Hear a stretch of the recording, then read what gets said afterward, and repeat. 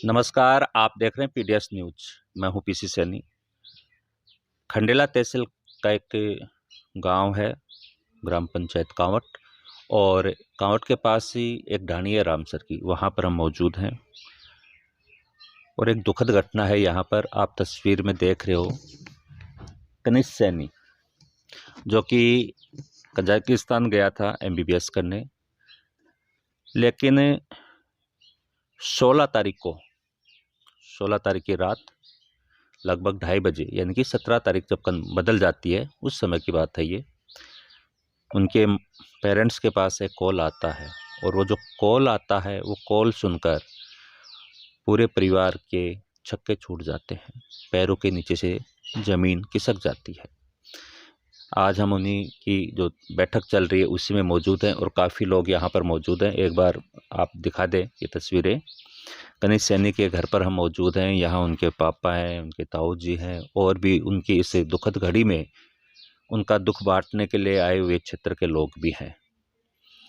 अब कनिष्क सैनी जो है, उसकी मौत को लेकर परिवारजनों पर मन में है ना काफ़ी चीज़ें चल रही हैं, क्योंकि कई चीज़ें सामने आ रही हैं। कनिष्क वहाँ कैसे पहुँचा, क्यों वहाँ गया था, वो एमबीबीएस की तैयारी कर रहा था तो कौन सी उसकी ईयर थी, वो सारी बातें हम जानते हैं। उनके पिताजी मौजूद हैं। सर, ये पूरी घटना क्या है? सर, मेरे एक दोस्त के द्वारा मैं डॉक्टर दिनेश चौधरी के पास जयपुर, जिनका ऑफिस है बेनाड धनबाग रिसोर्ट के पीछे यहाँ जयपुर में, वहाँ पहुँचा था। बच्चे को एमबीबीएस करवाने के लिए 2021 में उसका एडमिशन काराकंदा मेडिकल यूनिवर्सिटी कजाकिस्तान में एडमिशन उनके द्वारा हुआ था, और उन्होंने पूरी गारंटी के साथ बच्चे की सुरक्षा की बात कही थी। अभी जब छुट्टियों में जब बच्चा घर आया यहाँ, तो मैं जुलाई और अगस्त में भी उनसे मिलकर आया। और इससे बच्चा पहले फर्स्ट साल उनके हॉस्टल में रहा था, 3 साल वो बीच में फ्लैट में रहा। अब के बच्चे की सुरक्षा और पढ़ाई को देखते हुए मैं उनके हॉस्टल में वापस उस बच्चे को करवाना चाहा। दिनेश जी से मिला, रिक्वेस्ट किया। उन्होंने बोला कि मैं हर बच्चे की निगरानी रखता हूँ, एज उनके मोबाइल भी ट्रेस करता हूँ। तो इसलिए मैंने उन पर विश्वास करके बच्चे को हॉस्टल में करवा दिया। अब बच्चा कर रहा था, 2 महीने बाकी थे। पिछले दिनों एनएमसी ने एक सर्कुलर जारी किया कि वहाँ 5+1 ईयर और करनी पड़ेगी, यानी कि 6 साल की करनी पड़ेगी। बच्चे चिंतित थे, बच्चों ने विरोध किया वहाँ एनएमसी कार्यालय, एम्बेसी कार्यालय। तो एनएमसी ने वापस अपना सर्कुलर वापस लिया, जो कल के अखबार में भी आ गया है कि जो पुरानी बच्चे हैं 18 नवंबर 2021 से पहले के एडमिशन है, उन पर 5 साल ही रहेगी। और मेरा बच्चा भी 18 नवंबर 2021 से पहले का एडमिशन था, इसलिए उसकी भी 5 ही रह गई। इसलिए वो खुश था कि मेरा 1 साल बढ़ा नहीं। और दिन में 3 बार उसने बात की है, व्हाट्सअप कॉल किए हैं। रात को 11:30 बजे भी बच्चे ने बात की है मेरे से। और रात को 16 तारीख की नाइट को, यानी कि 17 की सुबह 2:29 पर जो हॉस्टल संचालन है महेंद्र चौधरी, जो दिनेश चौधरी तो यहाँ राजस्थान में आए हुए हैं, लेकिन उन्होंने महेंद्र चौधरी को वहाँ नियुक्त कर रखा है। उनका कॉल आता है कि डायरेक्ट उनका कॉल आता है कि आपका बच्चा 5वीं मंजिल से गिर गया। मेरे ज़मीन निकल गई मेरे पैरों के नीचे से, और मैं हक्का बक्का रह गया, मैं कुछ बोल नहीं पाया। और उसके बाद मेरे बाद में फिर फ़ोन आता है महेंद्र चौधरी का कि आपका बच्चा अब नहीं रहा। हमने पीसीआर देने की कोशिश की। 15 मिनट बाद में, जो मेरे मोबाइल में रिकॉर्ड है हर चीज़ें, उसके बाद 2-1.5 घंटे बाद में आता है, आपका पासपोर्ट बना हुआ है कि नहीं बना हुआ। मैंने कहा मेरा बना हुआ नहीं है, क्योंकि डेड बॉडी वहाँ आएगा परिजन तभी दी जाएगी। तो मेरे साले और मेरे भाई साहब, इनका पासपोर्ट बना हुआ था और इनका नाम दिया। उन्होंने उसी दरमियान हमें परफॉर्मा भेजा कि ऐसी-ऐसी आप पावर ऑफ पैटर्नी बनवा करके लेकर आएँ। सीकर से इन्होंने बनाई पावर ऑफ पैटर्नी। मेरे को तो मैं बेसुध हो चुका था उस वक़्त, और पावर ऑफ पैटर्नी बना करके, क्योंकि उस 17 को टिकट थी नहीं, 17 को 12 बजे फ़्लाइट दिल्ली से निकल चुकी थी, इसलिए 18 को सुबह की टिकट हुई। 6:00 की हम सीकर से पारो पेटोनी बनवाई, इन्होंने मेरे साइन करवाए। फिर उसका फिर कॉल आता है सीकर से चलने के बाद कि इसमें ये लाइनें और जोड़ो। वहाँ उदयपुरवाटी पहुँचे, दूसरी पावर पेटोनी बनवाई। फिर वहाँ से चले खेतड़ी पहुँचे, फिर बोला इसमें ये लाइनें और जोड़ो, और तीसरी पावर पेटोनी बनवा करके मुझे व्हाट्सअप करो। व्हाट्सअप कर दिया। और सुबह ये जब व्हाट्सअप पहले ही कर दिया, सुबह जब ये एयरपोर्ट पहुँचे, इनके साथ एक प्रोफेसर को और साथ कर दिया कि आपको हस्ताना ले आएंगे, जहाँ कजाकिस्तान की राजधानी अलमाटी है। अलमाटी से डोमेस्टिक एयरलाइंस के द्वारा वहाँ जाया जाता है, अस्ताना जाया जाता है। और अस्ताना से 200 किलोमीटर, लगभग 250 किलोमीटर दूर काराकंदा मेडिकल यूनिवर्सिटी है। तो उस जो पारो पेटोनी व्हाट्सअप मंगाई, उसके आधार पर उन्होंने तथ्यों को छुपाते हुए बच्चे का पोस्टमार्टम करवा दिया और कहा गया कि आप अस्ताना पहुँचो, अस्ताना पहुँचो, उस वक्त हमें कॉल करना, गाड़ी आपको लेने आ जाएगी। जब ये अस्ताना पहुँचे वहाँ पे, तो गाड़ी आई और इनको दूसरी जगह ले जाया गया, एम्बेसी कार्यालय ले जाया गया। वहाँ मूल जगह पर जो 250 किलोमीटर दूर थी, वहाँ नहीं ले जाया गया और इनको डराया गया, धमकाया गया और एम्बेसी कार्यालय में साइन करवाए।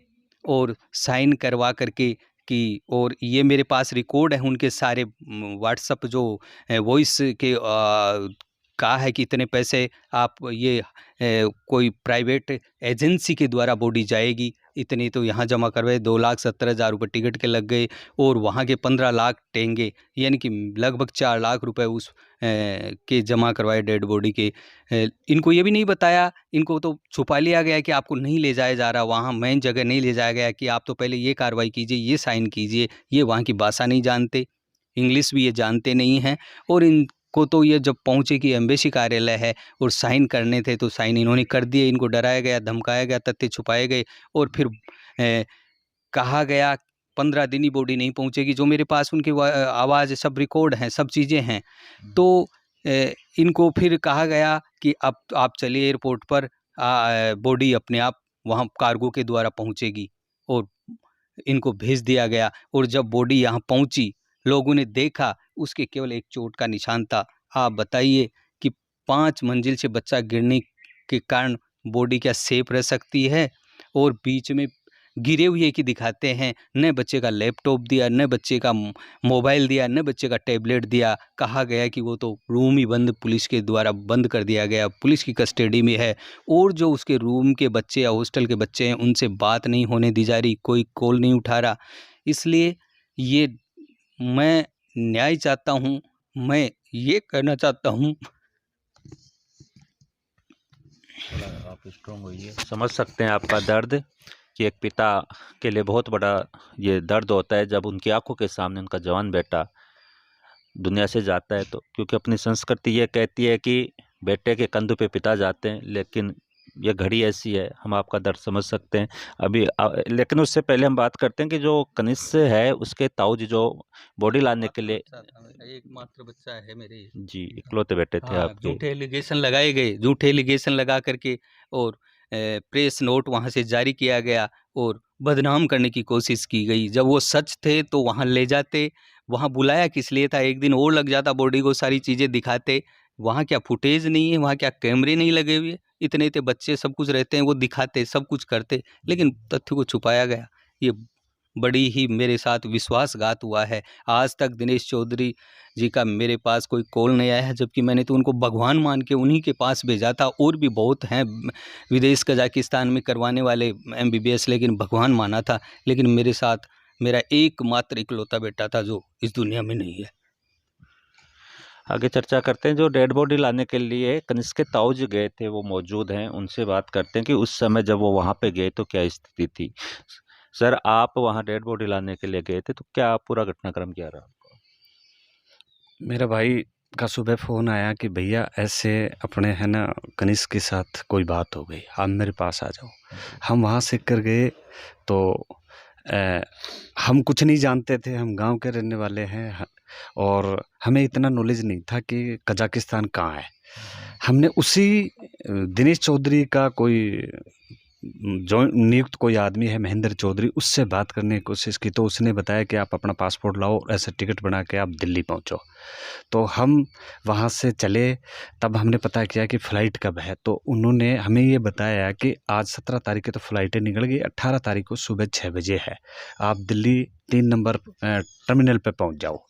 तो हम यहाँ से 3 नंबर रात को पहुंच गए। सुबह जब हमने उससे दूसरी कोशिश की कि आगे कहाँ मिलेगी या कैसे हम आएंगे, हम कुछ नहीं जानते हैं, आप हमारी कुछ हेल्प करो, तो उन्होंने कहा कि मनोज कुमार नाम का एक प्रोफेसर एक आदमी आ रहा है, मैंने उसको नंबर दे दिया है, आप उस आदमी से संपर्क कर लो। तो जब हमने उससे संपर्क किया तो वो आदमी एरोड्रम से बाहर था, वो बोले वो आप वहाँ बैठ जाइए, मैं आ रहा हूँ। हम पूछते पूछते उस जगह पर जाके बैठ गए, वो आया, हमें बताया कि मैं आपको ले चलूँगा। फिर हम वहाँ से 6 नंबर प्लेटफार्म पे गए, वहाँ से हम अलमाटी गए, अलमाटी से हम अस्थाना गए, अस्थाना हम उतर गए लगभग दिन में 12 से 1 बज रहा था, क्योंकि हम एकदम बेसुध हालत में थे। और मैंने जब बार बार मांग की कि मुझे उस स्थिति उस जगह पे ले चलो जहाँ घटना घटी है, तो उसने मनोज ने कहा कि हम वहीं चल रहे हैं, महेंद्र जी आ रहे हैं। महेंद्र जी जब एक आधे घंटे बाद आए तो मैंने उनसे कहा कि अपन कहाँ चल रहे हैं, तो उसने मुझे ये बताया कि अपन उस घटना हॉस्टल में चल रहे हैं।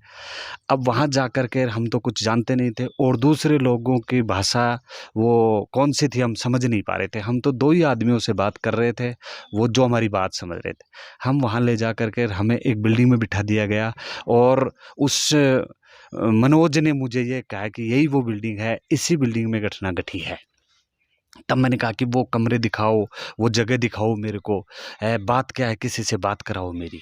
तो उन्होंने कहा कि पहले आप चलो ऊपर और आप साइन कर दो, ताकि अपन और बातचीत करते रहे, अपना समय बर्बाद नहीं हो, नहीं तो ये कार्गो। और उन्होंने हमें डरा डरा करके ये बात कही कि 7 दिन में एक ही बार जाती है वो कार्गो प्लेन, तो आपकी बॉडी को 7 दिन और लगेंगे, आपको 7 दिन यहाँ रुकना है, इसलिए आप कागज़ पे साइन कर दो, और हम है ना जो को फिर ये बता देंगे कि और कार्रवाई बाद में, बातें बाद में करते रहेंगे। ऊपर ले जा कर के मैं और मेरे बच्चा कनिष्ठ सैनी का मामा जी थे शीशराम जी, वो महेंद्र उनको दूसरी साइड ले जा कर के बात कर रहा है, कुछ उनको डरा रहा है। तो मैंने उससे कहा कि यार आप, जब हम 2 आदमी आए हैं तो आप हम दोनों के सामने बात करो ना, क्या बात कर रहे हो, इनसे क्या बात कर रहे हो। वो जब उनको बात करके वापस आ रहा था तो वो सदमे में नजर आए मेरे, तो मुझे ऐसा लगा कि यार इनको कुछ कह दिया गया है। फिर वो दूसरी साइड उठा के मेरे को ले जाता है, तो मैंने उनका शीशराम जी का हाथ पकड़ लिया कि अपन दोनों साथ चलेंगे। तो उन्होंने कहा नहीं आप भी चलो, और ले जा कर मेरे को वो धमका रहा है कि भैया ये कागजों पे साइन कर दो, इसके बाद अपन आगे कार्रवाई करते हैं। तब उनसे मैंने मांग की थी कि मेरे को घटना स्थिति दिखाओ, मेरे को लोगों से मिलाओ कि बच्चे के साथ हुआ क्या है, आप हकीकत तो बताओ, मुझे दिखाओ तो सही। तो उन्होंने कहा कि अभी रुक जाओ, कागज़ आ रहे हैं, मैं आपसे साइन करवा लूँ, इसके बाद अपन चलेंगे। फिर कागज़ आ गए, तो हम तो वैसे बेसुध थे, हमारा दिमाग कम काम कर रहा था। मैंने यहाँ मेरे छोटे भाई राजकुमार से संपर्क किया कि भैया ये ऐसे कह रहा है, तो फिर मैंने इनसे बात करवाई कि मेरा दिमाग काम नहीं कर रहा भैया, आप बताओ क्या करूँ, कागजों पे साइन कर दूँ क्या। तो भाई ने ये सजेशन दिया कि अपन को डेड बॉडी चाहिए, आप तो है ना कागजों पे साइन कर दो। इसने मुझे बोला कि आप काम कर दो, साइन कर दो, तो वो कागज़ लेके आया था, मैंने वहाँ 5-10 जगह साइन कर दिए उसको। फिर कागज़ों के साइन होने के बाद वो कह रहा है कि यार ये ऐसे लगेगा और वो वैसे लगेगा और फलाना लगेगा, ढीक लगेगा, आप है ना यहाँ का 15 लाख रुपये और जमा करवाओ, नहीं तो आपकी बॉडी नहीं जाएगी, आपको सुरक्षा नहीं मिलेगी, आपको ये नहीं मिलेगा। हमें उसने डरपा दिया, हमें पानी तक नहीं पिलाया। हम वहाँ बैठे थे, हमारा गला सूख रहा था, हमें भूख और प्यास से हम वहाँ बैठे थे, हमारी सुनने वाला कोई नहीं था। क्योंकि एक आदमी, जब मैंने उससे ये कहा जोर लगा के साइन होने के बाद कि भैया मेरे को दिखा तो सही, बात तो बता क्या बात है, और जनी बोले मैं जा रहा हूँ, तुम्हें ना करना है तो करो, और ये पुलिस स्टेशन बता ये करा, 5-10 दिन में तुम्हारी FIR होगी, 20 दिन में तुम्हारा है ना ये पोस्टमार्टम होगा, और मैंने 2 महीने तुम यहीं पड़े रहोगे, कुछ नहीं है। तो हम उस स्थिति में डर गए कि यार ये एक आदमी है, बात करने वाला और कोई नहीं है, कोई भाषा नहीं समझता था। फिर मैंने पूछा ये ऑफिस किसका है, काई में बात कर रहे हो, अपने हॉस्टल में बैठे हैं क्या। तो उसने कहा कि ये तो दूतावास है। तो वहाँ एक आदमी कोई हिंदी बोलने वाला था, वो इंडियन दूतावास में। मैंने उससे पूछा कि भई ये बात क्या है, तो उसने भी मुझे डराया कि ये बहुत पावरफुल आदमी है दिनेश चौधरी, यहाँ इसने एक मुसलमान लड़की से शादी करके नागरिकता ले रखी है और ये 5-10 लड़के हैं ना साल के यूं ही मार देता है, ये बहुत खतरनाक आदमी है, आप अपनी सुरक्षा चाहते हो तो ये जो कह रहा है वैसे करो और यहाँ से इससे पीछा छुटवा के देश चले जाओ। तब वो उसने ऐसा बोला तो मैं और सदमे में आ गया कि अब तो भगवान ही बचाए। तो फिर मैंने दोबारा मेरे भाई से संपर्क किया यहाँ राजकुमार से, तो मैं कि भैया ये उसके ये समाचार है। तो बोले कुछ मत करो, आप कुछ भी मत बोलो, आपको बोलने की ज़रूरत नहीं है, मैं कर रहा हूँ बात। फिर उन्होंने बात की कागजों पे साइन होने के बाद, और जब मैं जिद कर रहा था कि नहीं मुझे घटनास्थल ले चलो, वहाँ से घटनास्थल था 250 किलोमीटर दूर। वो मुझे एक दूतावास कार्यालय में एक आदमी ने बताया कि भैया यहाँ से गौरीकंडा शहर मेडिकल यूनिवर्सिटी 250 किलोमीटर दूर है। अब हमने कारागंदा मेडिकल यूनिवर्सिटी, तो वहाँ से हम ना तो किसी को जानते थे, ना कोई साधन का प्रॉब्लम था, मतलब कुछ भी नहीं जानते थे, जाएं कैसे। फिर उसने कहा कि दोनों तुम्हारा काम हो गया है, अब तुम जा सकते हो। तो मैंने कहा यार हम कहाँ जाएंगे और बॉडी कैसे आएगी, बॉडी तो मेरे को दिखा। तो उसने मेरे से एक बक्से की तरफ इशारा किया कि ये तुम्हारी बॉडी है, पर ये मुझे लगा नहीं कि हमारी बॉडी है। वो उस समय से पहले ही बॉडी को अस्थाना एयरपोर्ट पे पहुंचा चुका था और सारे तथ्यों को छुपा रहा था, किसी से कोई बात नहीं करवा रहा था। मैंने उस दूतावास कार्यालय वाले से पूछा कि यार बात क्या हुई है, तो उसने मुझे इशारों में ये कहा कि आपको पता है क्या हुआ है बच्चे के साथ। मैंने कहा क्या हुआ आप तो बताओ। तो उसने कहा कि बच्चे के साथ कोई अनहोनी हुई है, इसका मतलब मर्डर हुआ है। हाँ बोले आप यही समझो। मैंने कहा आप बताते क्यों नहीं हो। बोले बहुत पावरफुल आदमी है, इसके सामने किसी की बोलने की हिम्मत नहीं है। अब हमें ये कह रहा था कि कार्गो में आएगी, और ये तो आपकी तो है मतलब अब जैसे 5-6 बजे है, उसकी कल आएगी, कल है कार्गो की, और कल कार्गो बॉडी आएगी। हमें वो वहीं छोड़ के आ रहा था दूतावास में। फिर मैंने उससे रिक्वेस्ट की कि यार तेरे अलावा हमारा हमें जानता ही कौन, हम वहाँ तक कैसे पहुँचेंगे। तो फिर वो ला करके और एयरपोर्ट में अस्थाना एयरपोर्ट के बाहर रोड पे छोड़ के हमको चला गया। फिर हम 2 आदमी थे, दोनों मतलब कुछ नहीं समझ रहे थे।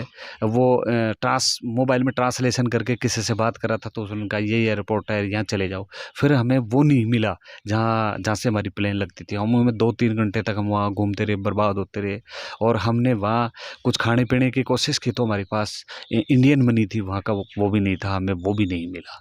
फिर हम जैसे तैसे भूखे तैसे आकर के उसमें प्लेन में बैठ गए। प्लेन से जब हम उतरे नीचे, तो उतरते ही है ना हमारे पास कॉल आ गया कि तुम्हारी बॉडी आ गई है और वो कागज़ दे दो, तुम्हारी बॉडी ले लो। हम बॉडी वहाँ से जा कर के हमने साइन सुइन करके हम बॉडी को लेके आ गए। अब जब यहाँ इंडिया आने के बाद लोगों का बार बार फ़ोन आ रहा है, तो मैंने कहा सभी जो मिलने वाले यार दोस्त सभी जिनका कॉल आया, मैंने कहा भैया हमारे साथ ऐसे धोखा हो गया और हमारे बच्चे का मर्डर हो गया, आप हमारी हेल्प करो। तो उन्होंने कहा कि भाई चलो हम बॉडी को देखते हैं। जब यहाँ घर लाया गया बॉडी को, और सब लोगों ने एक एक आदमी ने उसकी एक एक चीज़ को, रीढ़ की हड्डी को देखा, आँखों को देखा, बालों को देखा, हाथों को देखा, पैरों को, कहीं भी कोई खरोच नहीं थी। उसकी फ़ोटोज हमारे पास हैं, उसके प्रमाण है हमारे पास। सिर्फ बच्चे को पीछे से कनपट्टी में एक चोट मारी गई है, और वो एक ही चोट में बच्चे को वो जान से हाथ धोना पड़ गया, बच्चे को जान से मार दिया। और हमें पूरा शक है कि हमें न्याय चाहिए, हमें इसके अंदर हमें न्याय चाहिए, न्याय होना चाहिए हमारे साथ। बहुत गलत हुआ। तो वहाँ हॉस्टल में नहीं गए आप, क्योंकि हॉस्टल में जाते तो वहाँ के कोई जैसे हॉस्टल में और भी बच्चे रहते हैं, उनसे कोई संपर्क या वहाँ कुछ सर स्थिति जानने हमारे पास कुछ बच्चों के नंबर थे, हमने कुछ ने घर वालों ने दिया, कुछ वो बच्चे का पिछले दिनों क्या हुआ था कि सिम बंद हो गई थी केवाईसी के चक्कर में, तो वो बच्चा कई नंबरों से हमारे पास कॉल कर रहा था।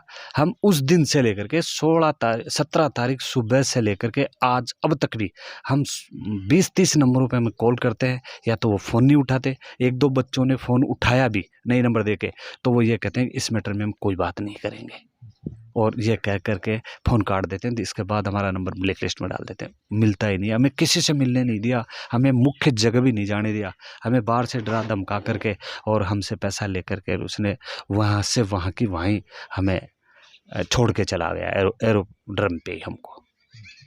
हमें न्याय चाहिए सर। हाँ तो देखिए, पीड़ित से हमने कि जो परिजन है उनसे हमने जाना, और वो बता रहे हैं कि जो कनिष्क सैनी है उसके साथ जो घटना हुई उसको वो किस रूप में देख रहे हैं। हालांकि हम इस घटना की हमारे चैनल के माध्यम से कोई पुष्टि नहीं करते हैं, लेकिन जैसा परिजनों ने बताया वही हम आप लोगों तक पहुंचा रहे हैं। हम भी यही चाहते हैं कि इस पूरे मामले में अगर ऐसा कुछ तथ्य है तो उसमें न्याय मिले, ताकि जो और लोग बच्चे बाहर हैं उनके भी जीवन को सुरक्षा मिल सके। खबर में इतना ही। नमस्कार, मैं पीसी सैनी।